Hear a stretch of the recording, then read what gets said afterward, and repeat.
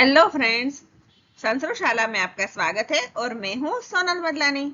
आज हम रुचिरा प्रथम भाग जिसका 5वां पाठ है वृक्षाहार, इस पाठ का सॉल्यूशन यानी कि अभ्यास देखते हैं। तो आप पेन और पेपर लेकर रेडी हो जाइए, फटाफट से शुरू करते हैं। वृक्षाहार यह प्रथमा विभक्ति बहुवचन का रूप है और पुल्लिंग शब्द है जिसका अर्थ होता है ट्रीज यानी कि बहुत सारे पेड़। प्रश्न 1, वचनानुसारम रिक्त स्थानानि पूरयत, अर्थात वचन अनुसार हमें रिक्त स्थानों को भरना है। नीचे एग्जाम्पल दिए हुए हैं जिसमें एक वचन, द्विवचन और बहुवचन के एक एक एग्जाम्पल के रूप लिखे हुए हैं, उसको देखकर हमें बाकी के रूप भरने हैं। यहाँ पर पहला एग्जाम्पल दिया है वनम, वने, वनानी। तो ये जो वनम शब्द है वह नपुंसकलिंग शब्द है और वनम, वने, वनानी यह प्रथमा विभक्ति के रूप है। इसी तरह दूसरा एग्जाम्पल दिया है वृक्षम, वृक्षो, वृक्षान। यहाँ पर जो वृक्षम शब्द है वह पुल्लिंग शब्द है और वृक्षम, वृक्षो, वृक्षान यह द्वितीय विभक्ति के रूप है। अब हमें इसको देखकर बाकी के फिल इन द ब्लैंक्स भरने हैं। इसका कोई रूल नहीं है, आपको यह रट लेना है, याद कर लेना है कि नपुंसकलिंग शब्द में प्रथमा विभक्ति के रूप वनम, वने, वनानी की तरह ही चलते हैं। जैसे वनम, वने, वनानी, फलम, फले, फलानी, गृहम, गृहे, गृहाणी आदि। इसी तरह वृक्षम, वृक्षो, वृक्षान इसी तरह ही द्वितीय विभक्ति पुल्लिंग शब्द के रूप चलेंगे। तो आइए अब फिल इन द ब्लैंक्स करते हैं।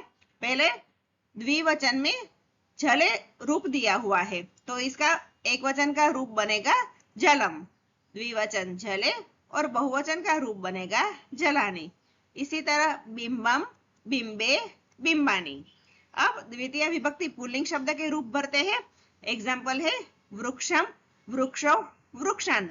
यहाँ पर बहुवचन में पवनान दिया हुआ है तो उसका एक वचन का रूप बनेगा पवनम और द्विवचन का रूप बनेगा पवनौ, अर्थात पवनम, पवनौ, पवनान।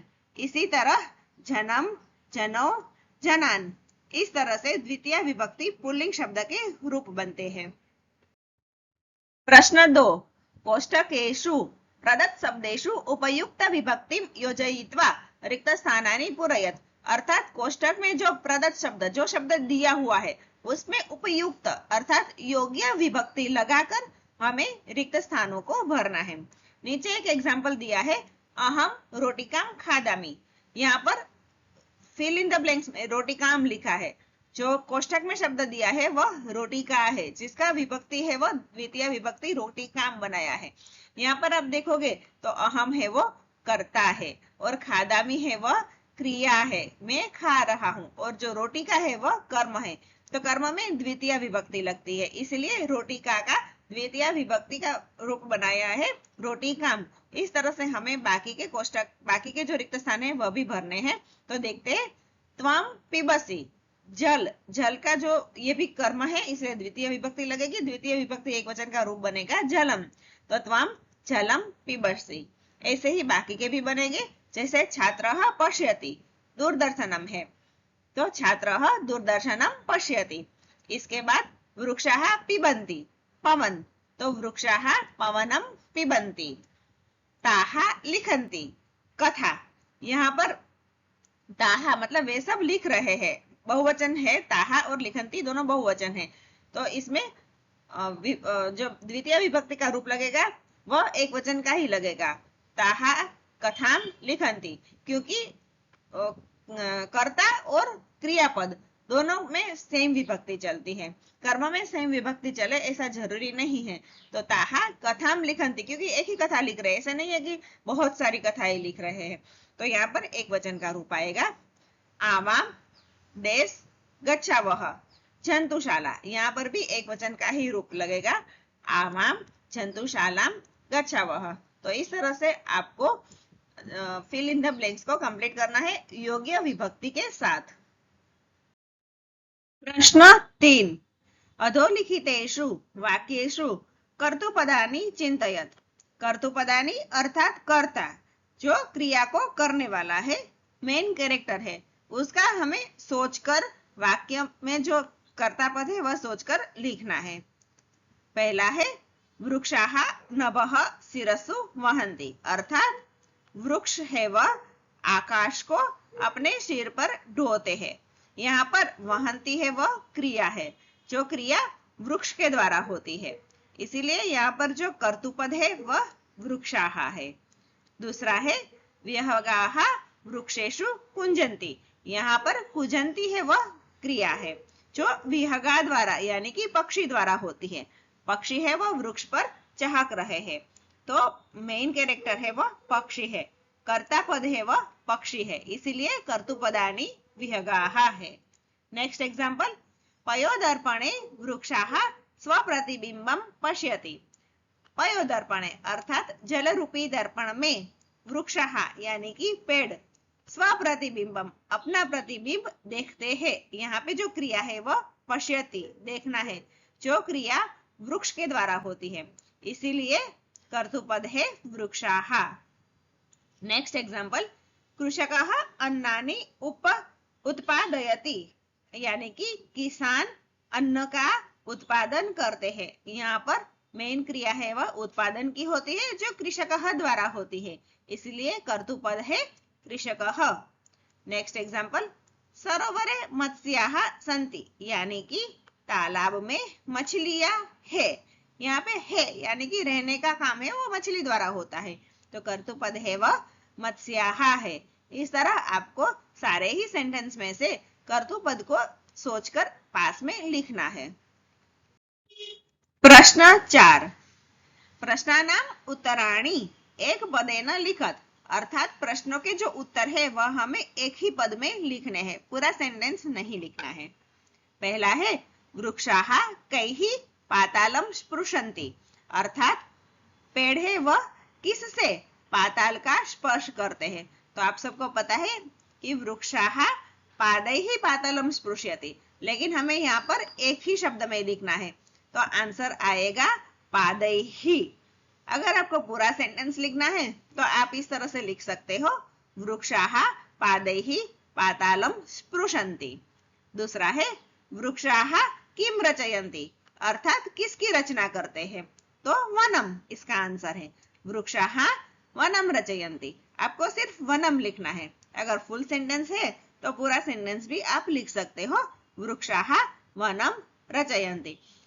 तीसरा है विहगाः कुत्र आसीनाः, यानी कि पक्षी है वह किसके ऊपर आसीनाः बैठे हुए हैं, तो आपको इसका आंसर पता है, शाखा रूपी झूले पर, तो शाखा दोला आसीना ऐसे भी लिख सकते हो, या फिर शाखा दोलायाम आसीना इस तरह से भी लिख सकते हो। तो इसके दो आंसर बन सकते हैं। अगर एक पद में आपको लिखना है तो आप या तो शाखा दोला लिख सकते हो या फिर शाखा दोला याम भी लिख सकते हो, और पूरा सेंटेंस लिखना है तो विहगाः शाखा दोला आसीनाः या फिर विहगाः शाखा दोलायाम आसीनाः।